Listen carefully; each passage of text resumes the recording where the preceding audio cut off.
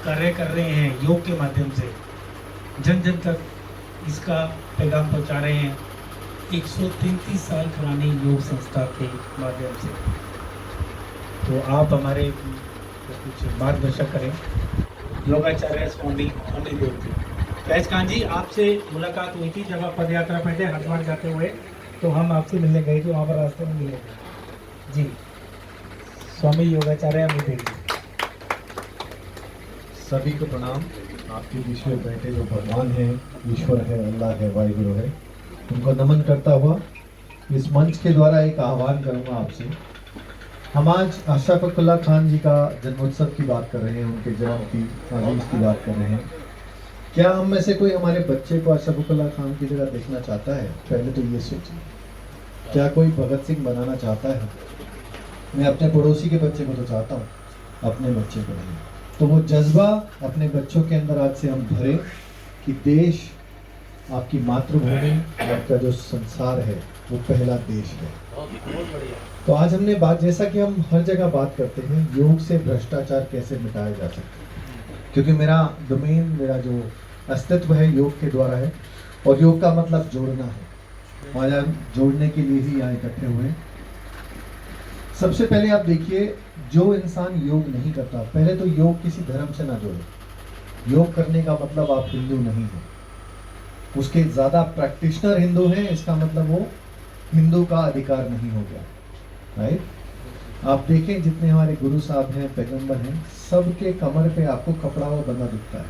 ये योग का एक हिस्सा है, जिससे आपका जो एमिकल कॉर्ड है, जिसको हम पैदा होने के बाद सब भूल जाते हैं, जो आपकी माँ की कोख में जब आप थे, तो भोजन उसी के द्वारा आपको जाता था। उसको कंट्रोल करने के लिए आपकी कमर के ऊपर सब सिद्ध पुरुषों ने, पीरों पैगंबरों ने कमर पे कपड़ा बांधा जाता था। अब उसको हम भूल चुके।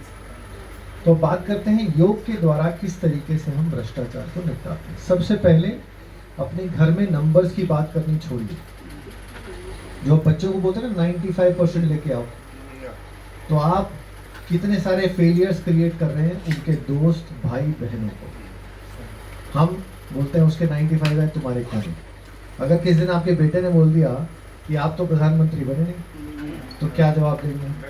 तो let's not talk about numbers, हम नॉलेज की बात करें कि हम स्कूल जा रहे हैं तो हमको नॉलेज गेन करनी है, ना कि सिर्फ एक रिपोर्ट कार्ड उसके ऊपर लिख के आप छोड़ दीजिए। सेकेंड थिंग, आप भ्रष्टाचार अपने घर से शुरू करते हैं। 95% आएंगे तो साइकिल मिलेगी, 98% आएंगे तो मोबाइल मिलेगा।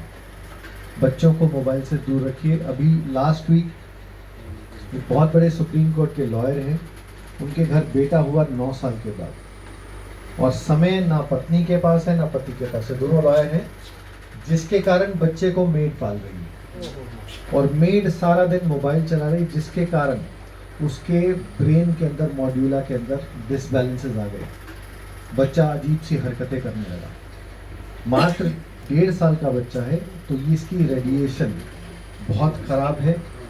कम से कम 5 साल की उम्र तक तो बच्चे के पास भी होता है। जो लोग ये मोबाइल बना रहे हैं, चाहे आप बिल गेट्स के या स्टीव जॉब्स के लिए, बिल गेट्स के बेटे को उन्होंने पहला मोबाइल 18 वर्ष की उम्र में दिया था। वो इसका दुरुपयोग जानते हैं कि आपके शरीर को तो कितना बाधित करता है। दूसरी बात, भ्रष्टाचार खत्म करने के लिए आप योग जब अपनाते हैं, जब आपका बॉडी, माइंड, सोल आपका कनेक्ट होता है, तो आपका जो इंटेलेक्ट है, आपका सबकॉन्शियस माइंड है, जिसको हम आत्मज्ञान बोलते हैं, वो पॉजिटिव होना शुरू हो जाता है। आपको सही और गलत की पहचान हो जाती है। बहुत छोटा सा प्रकरण बताऊंगा।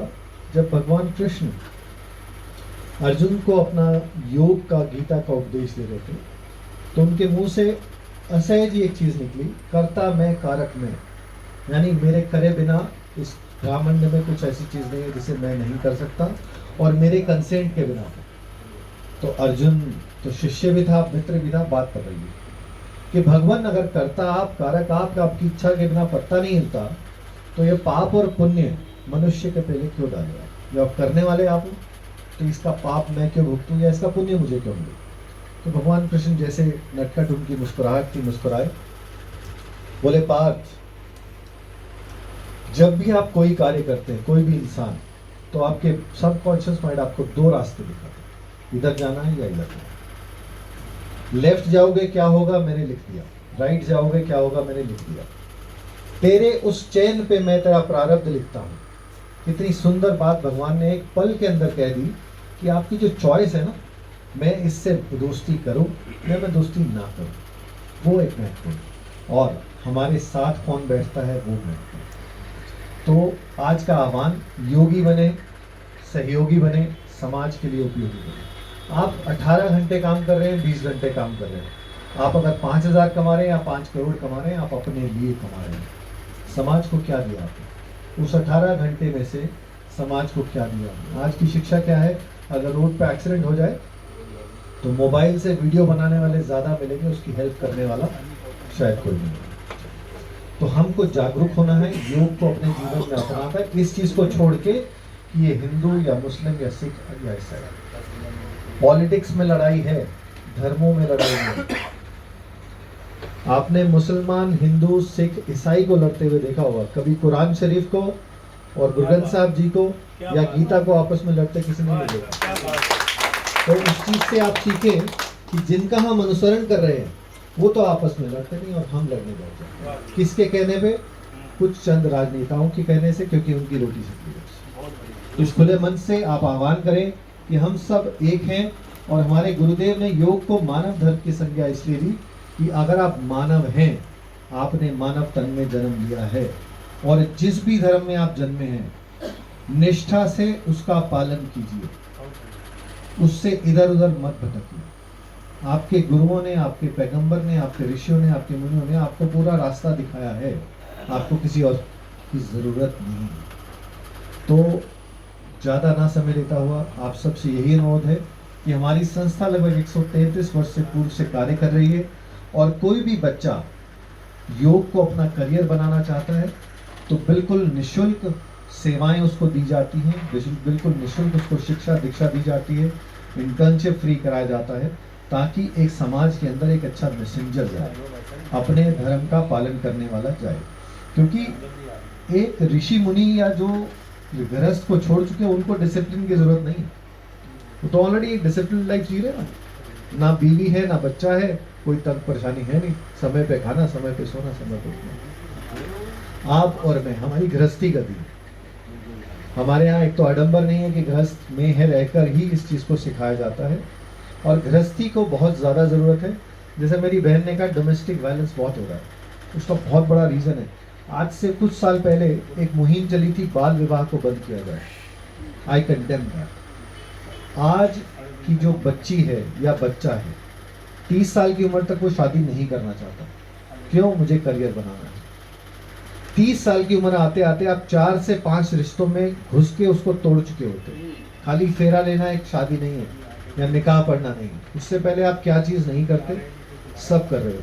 बाल विवाह में क्या था? आपकी जो भी शारीरिक या मानसिक जिज्ञासाएं हैं, आप आपस में क्लियर करते हो, आपको ढूंढना नहीं पड़ता।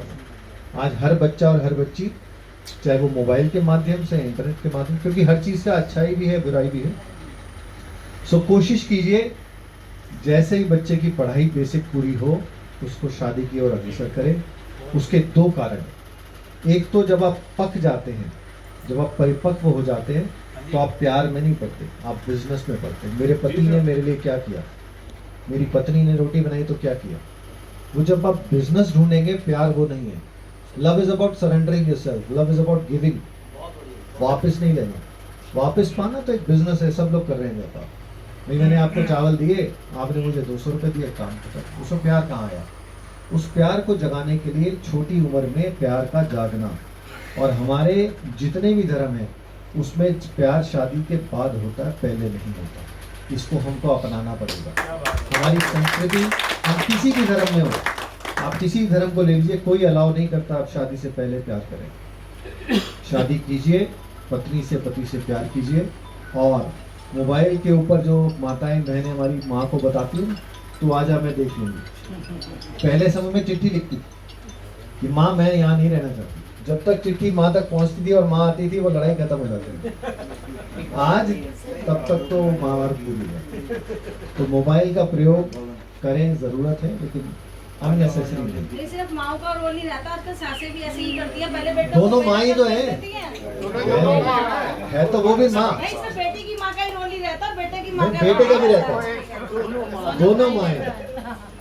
उस माँ को अपनी बेटी का घर स्वर्ग चाहिए, बहू चाहिए काम करने वाली। एक आपको प्रकरण सुनाता हूँ। मेरा विवाह हुआ जब मेरी धर्मपत्नी आश्रम में आई घर में, तो मेरे गुरुदेव ने उसको एक चीज कही, तू बहू है, बहू बन के रहियो, बेटी मत बनो। वो रोई एक दिन पूरा कि मेरी माँ तो पहले नहीं थी और ससुर मिले वो भी ऐसे।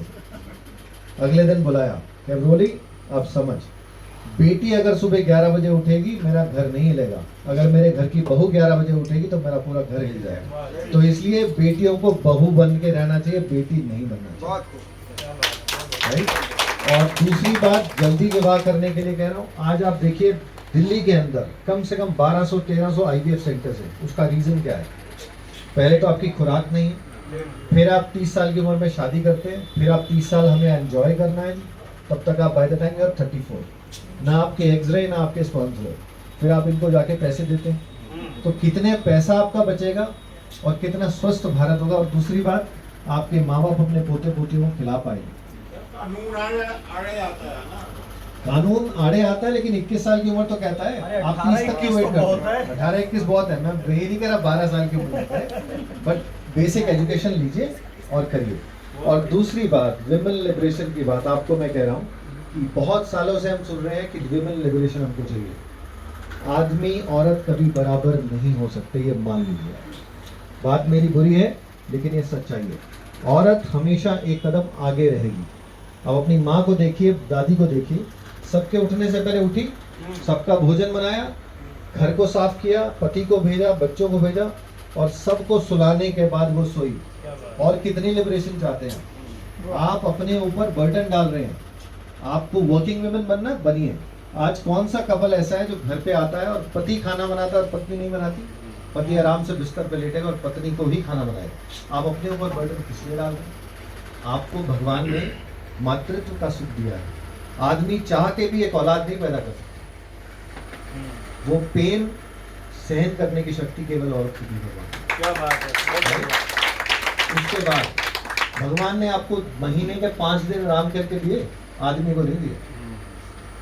आपको पहले जब समय आता ना मंदिर में या मस्जिद में, आपको उन दिनों में नहीं जाना, उसका रीजन था उस समय इतने हाइजीनिक सिस्टम नहीं थे। आज मेरी फाइट ये रहती है यंग जनरेशन को जोड़ने के लिए कि आपको अपनी संस्कृति को समझना पड़ेगा। There is nothing orthodox in that. हर चीज़ के अंदर साइंस है, हर चीज़ को बिल्कुल अंधविश्वास से न जोड़ें। डॉक्टर आपको बोलते हैं फास्टिंग के लिए, वो ठीक, और हमने अगर फास्टिंग अपने पुराणों में डाल दी तो गलत, राइट। वो हर धर्म में, खाली हिंदू में नहीं, मुस्लिम में नहीं, सिख में नहीं, सब में सिखाया। तो ज़्यादा समय ना लेता हूँ। बहुत बहुत धन्यवाद राजीव जी को, बहुत सारा आभार जो ऐसे कार्यक्रम कर रहे हैं, और बहुत बहुत धन्यवाद।